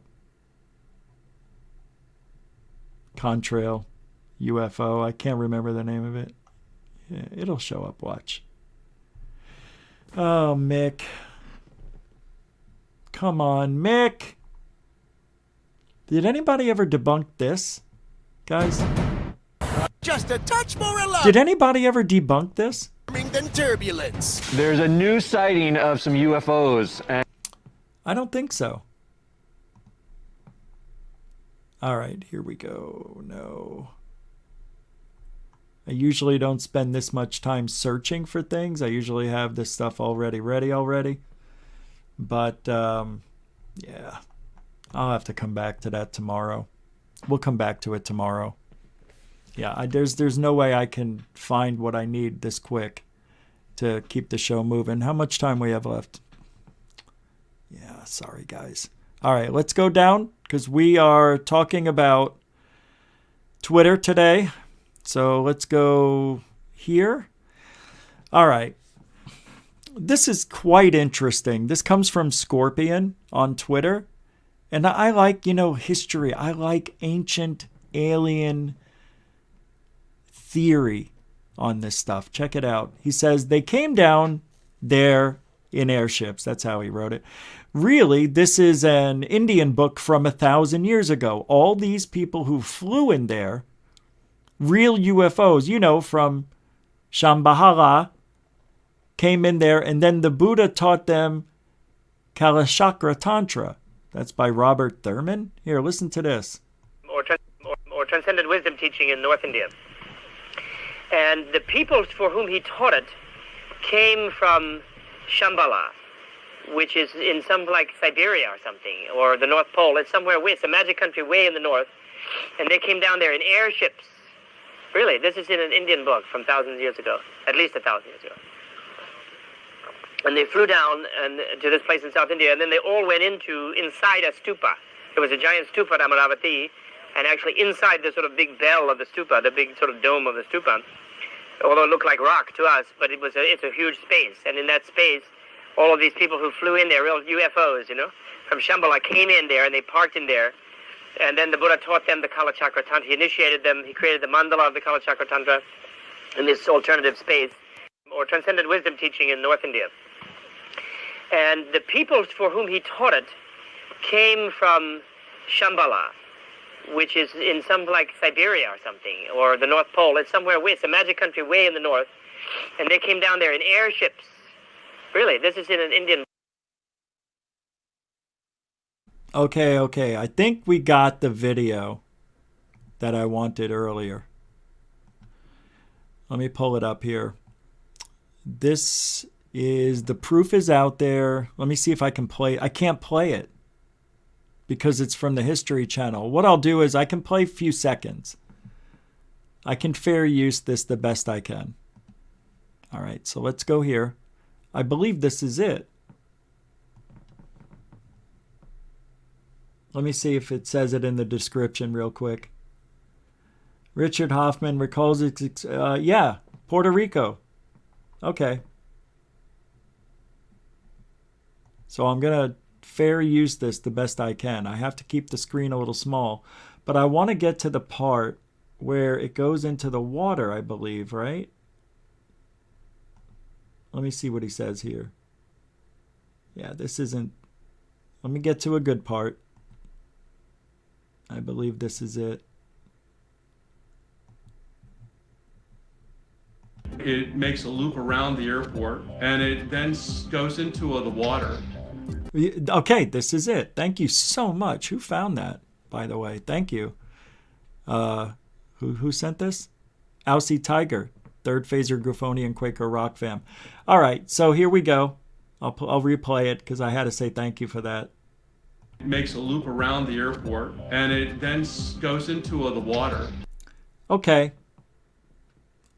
All right, it does look like it goes into the water. It hit the water at about 109 miles per hour. But it's so grainy, I'm not 100% positive that it didn't go behind a wave. But it... And then I'm just not sure. Let's see if there's more. So we questioned it at first, the source. Oh, that's right. And then it splits into two. Okay, now I remember this. I am on board with this, with you guys, believing this is the best evidence out there. For, I guess, I'm not really big into the trans-medium crafts because this may be the only one that I've ever seen that goes into the water, and then when it comes out, it splits into two. So when I first saw that, I have no explanation for it. How do you explain that? You can't. So you're looking at something that is really important. Probably the best UFO video that's on the internet that I know of. I don't know any other UFO video that's out there. Now, we have all heard about the Tic Tacs that were in, 2004, right? 2019, Ryan Graves and everybody said, not everybody, he's the only one who said it, that we were out there for 2 years and just about every day for 2 years, we saw stuff. They saw UFOs. Apparently, I've said it before, there's a 23-minute video of, I think, the Nimitz incident, and we've never seen that, probably never will. We have never seen evidence of what they talked about in 2004, 2015, 19, whatever. Just throw a dart. We don't have any evidence. We have to take everybody's word. And just because they're pilots or radar operators or in the Navy, they're trained observers, apparently, who really aren't trained observers of UFOs. No more than you or I. Yeah, they can spot a plane, a bird, a balloon, all that stuff.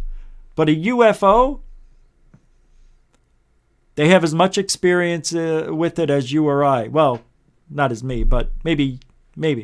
No, I have more than they do. It's true. It's true. This is very interesting. I love this video. Let's take a look one more time. Our signatures. God, that was amazing. At first, the source. We actually took a look at the radar. Yeah, I can't play any more of that. I went over my limit.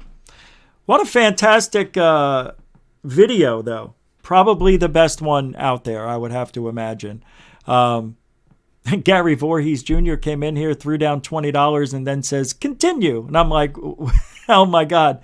Brian Kegler with the $20 super chat says, S1 admin personnel, S2 intelligence, these are the each number for each one. S3 is operations. S4 is logistics supply. S5 plans. S6 communications. S7 is training. S8 is finance. S9 is civil affairs. J10, I'm pretty sure that, is that a J? Probably an S. S10, joint staffs. Often there are higher special purpose staffs. All right.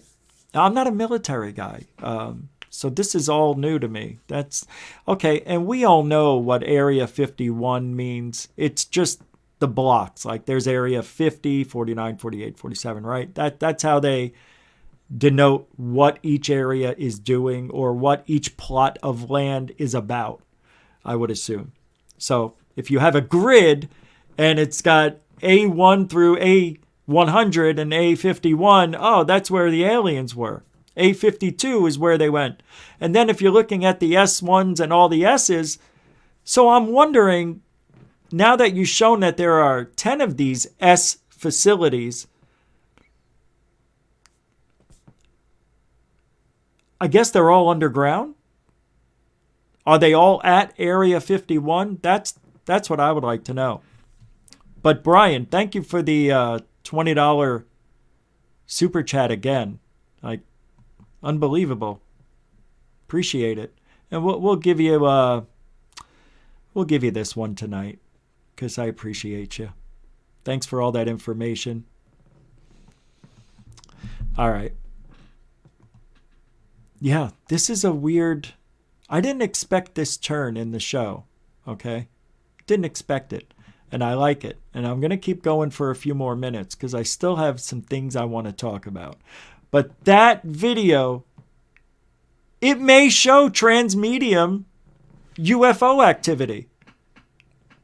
I can't deny what I'm looking at, but it's hard for me. That's something you would need to be there to see to believe it. And I think that was shot at night, right? That's why it's in the FLIR mode. Whatever it is, it's still not perfect. But it splits into two, and what are you going to do? You know, that is an incredible sighting. By the way, that sighting was from when? It doesn't say. It doesn't say. Not that long ago, though. Not too long ago. Does it say on the... Yeah, I can't read all that. All right, let's keep going here. Oh, boy. What is this? All right, let me pull this up. This is from Red Rum Joe. Yeah, I want to play this. I meant to play this earlier. Let's go here. Let me pull it up so you can see. So this is one of 3 tweets. I'm only going to do this one here. He says, I think most folks on UFO Twitter will enjoy this. I know I did. 74 Berkeley, Jacques Vallee, Robert Anton Wilson, Venus, contactees and intelligences, making us think they're ET when they're not. Oh, this is interesting. All right, I'd like to hear this. I listened to it for 5 seconds. Then Jacques Vallee arrived. I had wanted to talk to Dr. Vallee for several months now, and I immediately kidnapped him into a room which the other partygoers were not informed about.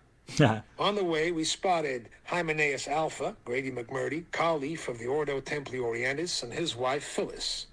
Tom, still giggling at inappropriate moments, but no longer sure he was going mad, tagged along. The skeptic had heard Jacques Vallee talk at a conference on science and spirit sponsored by the Theosophical Society earlier in the year. He had taken a new approach to the UFO mystery and was systematically feeding all the reports of extraterrestrial contacts into a giant computer. The computer was programmed to look for various possible repeated patterns. Jacques said that the evidence emerging suggested to him that the UFOs weren't extraterrestrial at all, but that they seemed to be intelligent systems intent on convincing us they were extraterrestrial. Now the skeptics started pumping Jacques about his evidence that they weren't extraterrestrial. He started to explain that, analyzing the reports chronologically, it appeared that they, whoever or whatever they are, always strive to give the impression that they are something the society they are visiting can understand. In medieval sightings, he said they called themselves angels. In the great 1902 flap in several states, one of the craft spoke to a West Virginia farmer and said they were an airship invented and flown from Kansas. In 1940s to 1950s sightings, they often said they were from Venus. Since Venus has been examined and seems incapable of supporting life, they now say they are from another star system in the galaxy. Of course. Where do you think they come from, I asked. Dr. Vallee gave the Gallic form of the classic scientific, not speculating beyond the data headshake. I can theorize and theorize endlessly, he said. But is it not better to just study the data more deeply and look for clues? You must have some personal hunch, I insisted. He gave in gracefully. They relate to space-time in ways for which we have at present no concepts, he said. They cannot explain to us because we are not ready to understand. I asked Grady McMurray. That's it.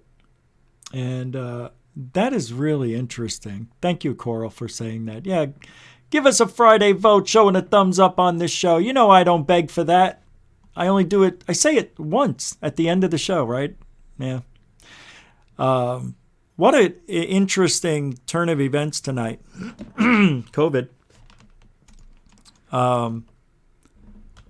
I like this because it's showing the human element at its finest, especially back then. A lot of people said they flew around Venus and all around the galaxy. Nobody could say galaxy right back in the 50s and 60s. Oh, the galaxy. Yeah, I love ufology so much, but I hate it. The evidence it's everywhere, and yet it's nowhere. It gives us a look at what could be, and it shows us what won't be. And this is the part that I struggle with every day as a researcher, a skywatcher, a ufologist. I am all three. I am boots on the ground, entertaining you every night here, trying to give you the evidence as best as I could, dissecting things that I think I know from my experience and the evidence I've gathered with 20,000 hours of skywatching. Not a lot of people have that many. I think we have a long way to go. And I like the conversation. I do. But I don't like the disinformation. Because I want to believe Lou. I want to believe Corbell. You don't think every time he posted a video, I was there waiting with anticipation and then dejected, and my heart was ripped out of me looking at something that was so obviously an airplane, a commercial jet. Or when those 3 videos came out, I was like immediately disappointed. I was happy we were talking about it. I'm happy the Pentagon admitted something. I think it's all a ruse. We're not going to get disclosure from our government. It has to be through us. We are going to have to bring disclosure to the forefront. How do we do that? Just like we're doing today. Talk about it. Let's put it up. Let's analyze it. Let's look at it. Let's not fight about it. Let's not get into arguments. Let's listen to the people who know what they're talking about. Even though they may not be 100% right all the time, you're going to get the right answers. And I'm talking about third phase of moon. I'm talking about me. I'm talking about a lot of people in the field who do what we do, who don't get the credit they deserve. And a lot of people don't like us crushing their dreams, saying that's not a UFO, it's a balloon. That's dust. That's a Chinese lantern in the distance. And, well, how do you know? Well, I've seen it 1,000 times. How do I not know? Oh, well, those are just hovering there. No, when you zoom in and you look at it, they're actually drifting and they're going down. See, these are the little things that people don't look into or know how to look into. And that's what I think we need to do. We need to do more of this. I have tried it over the last couple of years through the transition from when I was just doing this on Spreaker and transition to YouTube. It was my way to show you what I think I know. And I didn't say what I know. I said what I think I know, because nobody knows 100%. Unless it looks like a plane, it acts like a plane, it's a duck. So let's back up for a minute. Let's slow down. Let's start, putting our minds together. Let's just relax for a minute. Nobody has to attack anybody. When you come out and you say, I know for a fact, no, well, you got to show it. Now, I can't show you because somebody else's video is their video. But I would think, and I'll say it for the fourth time tonight, 20,000 hours tells me I think I'm right 95% of the time when I look at these videos, if not 99%. Anybody can be 90% right. Because 9 times out of 10, it's not a UFO from an alien civilization or here from Earth. However, we just looked at a craft that could be possibly a transmedium UFO. Transmedium. Go through water. It can go through space. It can go, into land. Isn't that it? In land, water, space, without impeding its speed, its movement, or where its intentions are heading. Did I say that right? We just need to relax a little. Especially me. That's why I put the do-rag on tonight, whatever you want to call this, to keep the emotions in check. When I first started the show tonight, I was hot. I was angry. Because I'm tired. I'm tired of the whole field just pulling the wool over our eyes. And people accepting it and calling it real. And people believing people that really aren't giving us any evidence. Lou Elizondo hasn't given us anything. Nothing. Absolutely zero. Well, we've talked about it through nausea. We talked. He gave us the conversation. That's not what I want, though. Tired of talking. Talk is cheap. Show me the goods. If you got them, show them. But don't tell me you've seen medals and without showing me anything. Don't tell me you have evidence and you can't prove it. I'm tired of hearing it. Anyway, I've run myself into the ground tonight. I want to thank everybody. What's this, Brian? Another one? What are you doing? For $5, Brian Kegler, flight crews do talk like that together on internal comms, but never on external comms radio. Okay. It really depends on crew mix, mission, and situation. I understand that. I could see that. So my question is, that video where they're going, whoa, got it, woohoo, what the fuck is it? Was that an external comm or was that on the radio? Internal? Was it an internal? That might have been internal, right? So that means what? If it's internal, it just stays between the pilot and who else? It doesn't get out to the public? Because when you're talking about external comms and radios, I know what that means. That's broadcast outward. So what do you mean when you say internal? That is only in the recording, I believe is what you're going to say. It's only a recording of it. It doesn't go out so everybody can hear it. Am I right? I think I'm right. But thanks for the $5 super chat information again, Brian. Really. Killing it.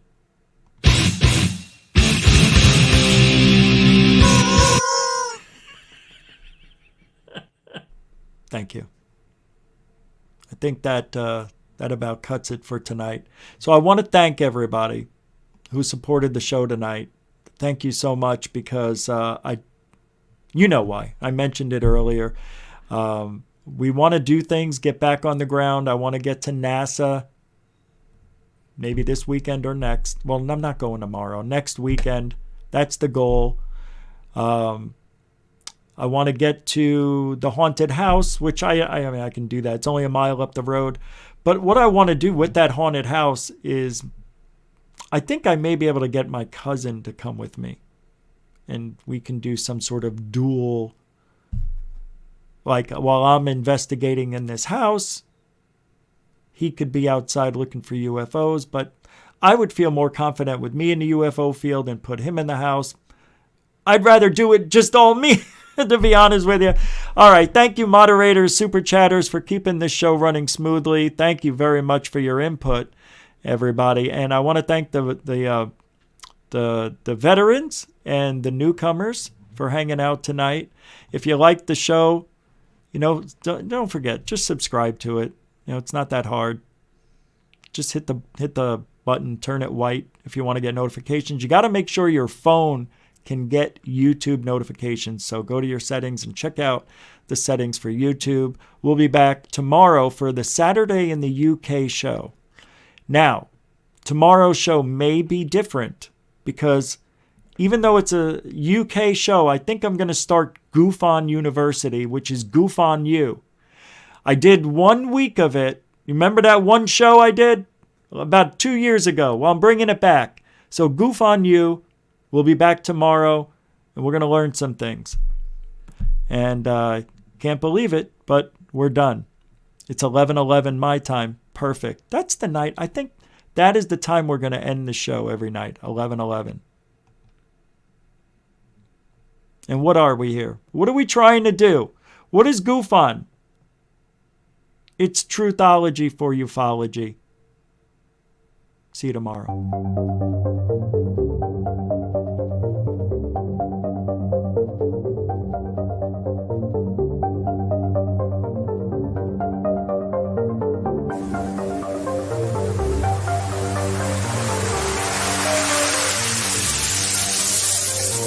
There's a good thing. It's rotating.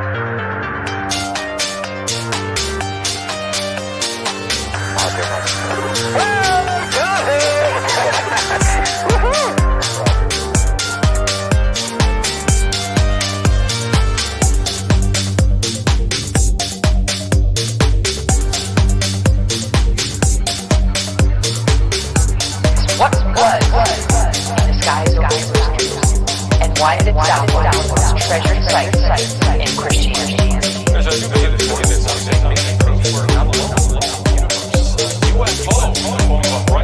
UFO,